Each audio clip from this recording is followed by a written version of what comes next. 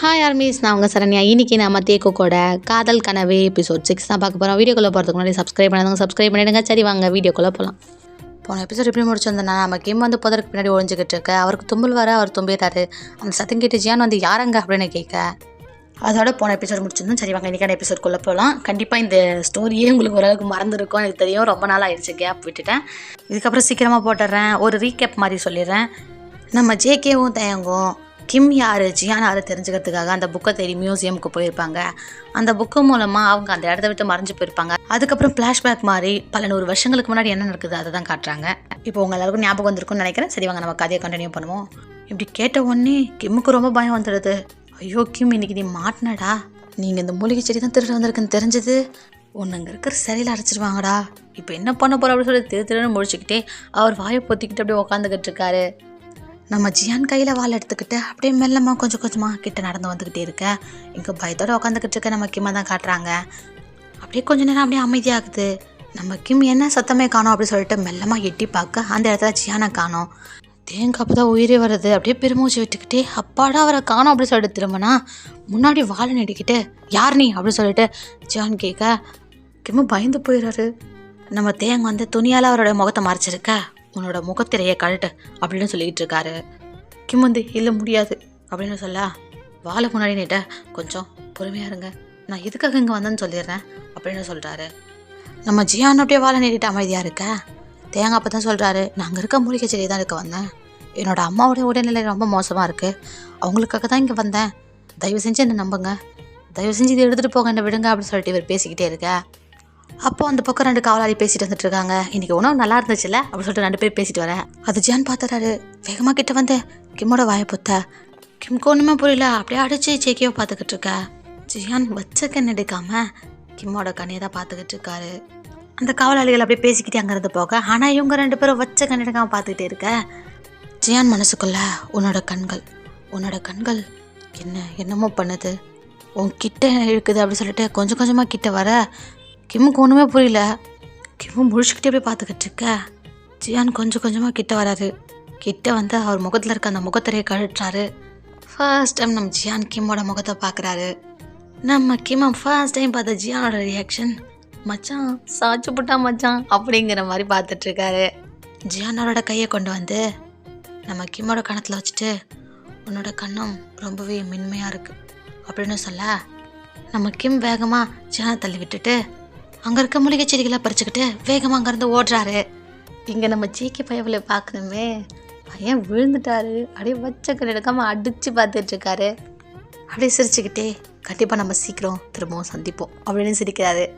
அப்படியே கொஞ்ச நேரத்துக்கு அப்புறம் நம்ம கிம்மை தான் காட்டுறாங்க. கிம் ஒரு கிராமத்துக்குள்ளே சந்தோஷமாக வந்துட்டுருக்காரு. இதுதான் அவர் இருக்கக்கூடிய இடம். அவரோட வீடு இங்கே தான் இருக்குது. அவர் ஒரு வீட்டுக்கு வர அவங்க அம்மா ரொம்பவே உடம்பு முடியாமல் படுத்துட்ருக்காங்க. தேங்க அவர் கொண்டு வந்த மூலிகையெல்லாம் கொண்டு வந்து, அம்மா உங்களுக்கு சீக்கிரமாகவே உடம்பு சரியாயிடும் அப்படின்னு சொல்லிட்டு அந்த மூலிகைகள்லாம் அரைச்சி அவங்க அம்மாவுக்கு கொடுக்குறாரு. கொடுத்து அவங்க அம்மாவையும் தூங்க வைக்கிறாரு. அம்மா இன்னும் 24 மணி நேரம் தான், உங்களுக்கு அதுக்குள்ளே சீக்கிரமாக எல்லாமே சரியாயிடும் அப்படின்னு சொல்கிறாரு. இந்த மூலிகைக்கு அவ்வளோ சக்தி இருக்குது. தன்னோட அம்மா சரியாக போகிறாங்கன்னு சொல்லிட்டு கிம்முக்கு அவ்வளோ சந்தோஷம், அவ்வளோ ஒரு சந்தோஷமாக இருக்கு. அப்போ தான் அங்கே உதவி பண்ண நம்ம ஜியான் அவருக்கு ஞாபகம் வராரு. கிம் மனசுக்குள்ளே, அவர் மட்டும் இன்னைக்கு உதவி பண்ணலன்னா கண்டிப்பாக என்னோட அம்மாவை நான் காப்பாற்றிருக்க முடியாது, அதுக்காக கண்டிப்பாக அவர் ஒரு நாள் சந்திச்சு நான் நன்றி சொல்லி ஆகணும் அப்படின்னு சிரிக்கிறாரு. அப்படியே 2 நாளுக்கு அப்புறம் தான் காட்டுறாங்க. காட்டுக்குள்ளே நடந்து போயிட்டுருக்க நம்ம கிம்மை தான் காட்டுறாங்க. கிம் கையில் வாள் இருக்குது. கிம்முக்கும் சில வித்தைகள்லாம் தெரியும். அவர் ரொம்ப நல்லாவே வாள் வித்தை கற்று வச்சுருக்காரு. என்னதான் அவர் நல்லா பண்ணாலும் ஆனால் ரொம்ப சிறப்பாக அவரால் பண்ண முடியல. ஏன்னா அவரோட அப்பா அவருக்கு முழுசாக வாள் பயிற்சி சொல்லிக் கொடுக்கறதுக்கு முன்னாடியே இறந்துட்டாரு. அதனால் கிம்மால் முழுசாக கற்றுக்க முடியல. அப்படியே காட்டுக்குள்ளே நம்ம கிம் நடந்து போயிட்டுருக்க.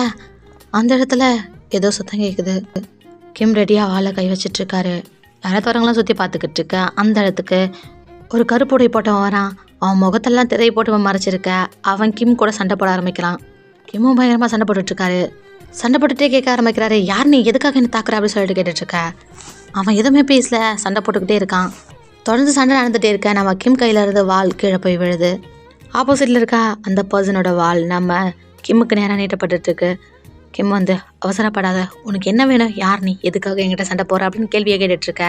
ஆப்போசிட்டில் நிற்கிற அந்த பர்சன் பயங்கரமாக சிரிக்கிறான். சிரிச்சுக்கிட்டே, நீ எப்பவும் அப்படித்தானா, தொடர்ந்து கேள்வி கேட்டுகிட்டே இருக்க, நான் பதில் சொல்லட்டுமா வேணாமா அப்படின்னு சொல்ல, இந்த குரல் நான் எங்கேயோ கேட்டிருக்கேனே அப்படின்னு யோசிச்சுட்ருக்க. இதுதான் என்ன உன் மேலே ரொம்ப ஆர்வத்தை வர வைக்குது அப்படின்னு சொல்லிட்டு கொஞ்சம் கொஞ்சமாக அவன் கிட்ட வந்துகிட்டு இருக்கான். ஒரு வழியாக அவனோட முகத்திரையை கழற்றான். பார்த்தா அது வேறு யாரும் இல்லை, நம்மளோட ஜியான் தான். பார்த்ததுமே கிம்முக்கு செம்ம ஷாக் அப்படின்னு நின்றுட்டுருக்க. சும்மா சொல்லக்கூடாது, ரொம்ப நல்லாவே பால் சண்டை போடுற, இன்னும் கொஞ்சம் பயிற்சிருந்தா ஒன்று இதில் யாராலையும் அடிச்சிக்க முடியாது அப்படின்னு சொல்லிட்டு சிரிக்கிறாரு. கிம் அப்படியே ஷாக்காகி நின்று இருப்பார். அப்புறம் தான் ரியலைஸ் பண்ணிவிட்டு அவருக்கு மரியாதைலாம் செலுத்திட்டு, உங்களுக்கு நான் ரொம்பவே நன்றி சொல்லியாகணும், உங்களால் தான் என்னோடய அம்மாவை காப்பாற்ற முடிச்சது அப்படின்னு சொல்கிறாரு. ஜியான் சிரிக்க, கிம் நீங்கள் இது சாதாரண உதவி நினைக்காதீங்க, நீங்கள் எனக்கு மிகப்பெரிய உதவி பண்ணியிருக்கீங்க, இந்த உலகத்தில் எனக்கு இருக்கிறது என்னோடய அம்மா மட்டும்தான், அவங்க எனக்கு ரொம்ப முக்கியமானவங்க அப்படின்னு சொல்ல. ஜியான் உனக்கு முக்கியமானவங்கன்னா அப்போ எனக்கும் முக்கியமானவங்க தான் அப்படின்னு சொல்ல. என்ன அப்படின்னு கிம் கேட்க, ஒன்றும் இல்லை அப்படின்னு சொல்லி சிரிக்கிறாரு. கிம் அப்போ சரி நான் கிளம்புறேன், உங்களை சந்திச்சதில் ரொம்ப சந்தோஷம், கண்டிப்பாக இன்னொரு நாள் பார்க்கலாம், உங்கள் உதவிக்கே நன்றி அப்படின்னு சொல்லிட்டு அங்கேருந்து கிளம்புனான்னு போக. ஜியான் ஒரு நிமிஷம் அப்படின்னு கூப்பிட கிம்மும் நிற்கிறாரு. என்ன அப்படின்னு கேட்க, ஜியான் எனக்கு உன்னோட நன்றி வேணாம் அப்படின்னு சொல்ல. அப்போது வேறு என்ன வேணும் அப்படின்னு சொல்லிட்டு கிம் கேட்க, அது அப்படி சொல்லிட்டு கொஞ்சம் கொஞ்சமாக கிட்ட வராரு. என்ன வேணும் அப்படின்னு சொல்லிட்டு கிம் கேட்டுட்ருக்க. கிட்ட கிம்மோட கையை பிடிச்சிடாரு. கிம்முக்கு ஒன்றுமே புரியல, அப்படியே பார்த்துட்ருக்க.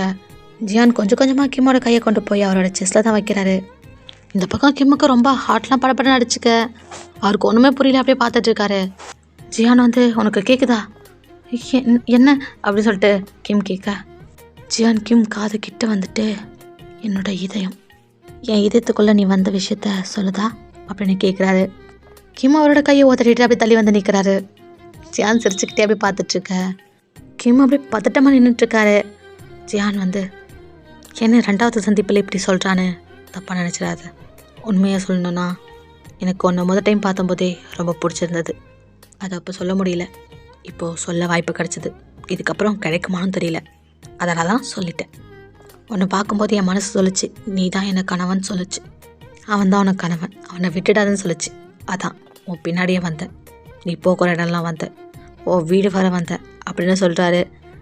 அப்போ தான் ஒரு விஷயத்த காட்டுறாங்க. நம்ம கிம் மூலிகை செடிலாம் கொண்டு வந்திருப்பார் இல்லையா, அப்போ பின்னாடியே நம்ம ஜியான் அவரை ஃபாலோ பண்ணி வந்திருப்பார்.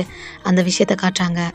கிம் இது எல்லை மீறி போகுது, இதுக்கப்புறம் இங்கே நிற்கக்கூடாது சொல்லிட்டு வேகமாக இருந்து போகலான்னு போக ஜியான் கையை பிடிச்சிக்கிட்டு எடுத்து கிம்மோட கையை லாக் பண்ணிக்கிறாரு. கிம்மால் நகர முடியல, என்னை விடுங்க நான் இங்கேருந்து போகணும் அப்படின்னு சொல்ல. ஜியான் சிரிச்சிட்டு, இப்போ என்ன உனக்கு இங்கேருந்து போகணும் அவ்வளோதானே, சரி நீ போகலாம், அதுக்கு முன்னாடி நான் கேட்குற ஒரு கேள்விக்கு மட்டும் பதில் சொல்லு அப்படின்னு சொல்ல. கிம் எதுவுமே பேசாமல் அமைதியாக இருக்காரு. ஜியான் உன்னோட பேர் என்ன அப்படின்னு கேட்குறாரு. கிம் எதுவுமே சொல்லாமல் இருக்க. ஓ சொல்ல மாட்டியா, அப்போ நானும் விட மாட்டேன் அப்படின்னு ஜியான் சொல்ல. கிம் என்னோட பேர் கிம் அப்படின்னு சொல்கிறாரு. ஜியான் சிரிச்சுக்கிட்டே கிம்மோட கணத்தில் கிஸ் பண்ணுறாரு. கிம் செம்ம ஷாக்காக பார்க்க ஜியான் ஓகே கிம் ஜான், இப்போ நீங்கள் கிளம்பலாம் அப்படின்னு சொல்கிறாரு. அவரோட கையை விட கிம்மு செம்ம வேகமாக அங்கேருந்து கிளம்பி போகிறாரு. அதை பார்த்து சிரிச்சுக்கிட்டே நம்ம ஜியான் நின்றுட்டுருக்காரு. அப்படி இந்த பக்கம் பதட்டமாக நடந்து வந்துட்டுருக்க கிம்மை தான் காட்டுறாங்க. என்ன பேசுகிறான் இவன், என் கணத்தில் வேறு முத்தம் கொடுத்துட்டான் அப்படின்னு யோசிக்க அவரோட மனசாட்சி பேசுகிற மாதிரி காட்டுறாங்க. உனக்கு அது பிடிச்சிருந்தது தானே அப்படின்னு கேட்க, அதெல்லாம் எனக்கு ஒன்றும் பிடிக்கல அப்படின்னு சொல்லிட்டு கத்துறாரு. அப்படியே அடுத்த நாள் தான் காட்டுறாங்க. நம்ம கிம் அருவியில் குளிச்சிட்ருக்காரு. குளிச்சுட்டு அவரோட ட்ரெஸ்ஸெல்லாம் எடுத்துக்கிட்டு அப்படியே மேலே வர அங்கே நம்ம ஜியான் வராரு. ஜியானோட கண்ணை முடிக்கிட்டு, நான் எதையுமே பார்க்கலப்பா அப்படின்னு சொல்ல. கிம் ஐயோ இவனா அப்படின்னு சொல்லிட்டு அவர் துணியெல்லாம் எடுத்துக்கிட்டு அங்கேருந்து ஓட, என்னை பார்த்து ஏன்டா ஓடுற அப்படின்னு சொல்லிட்டு ஜியான் பின்னாடியே வராரு. எப்படியோ ஒரு வழியாக ஓடி ஜியான் கிம்மோட கையை பிடிச்சதாரு.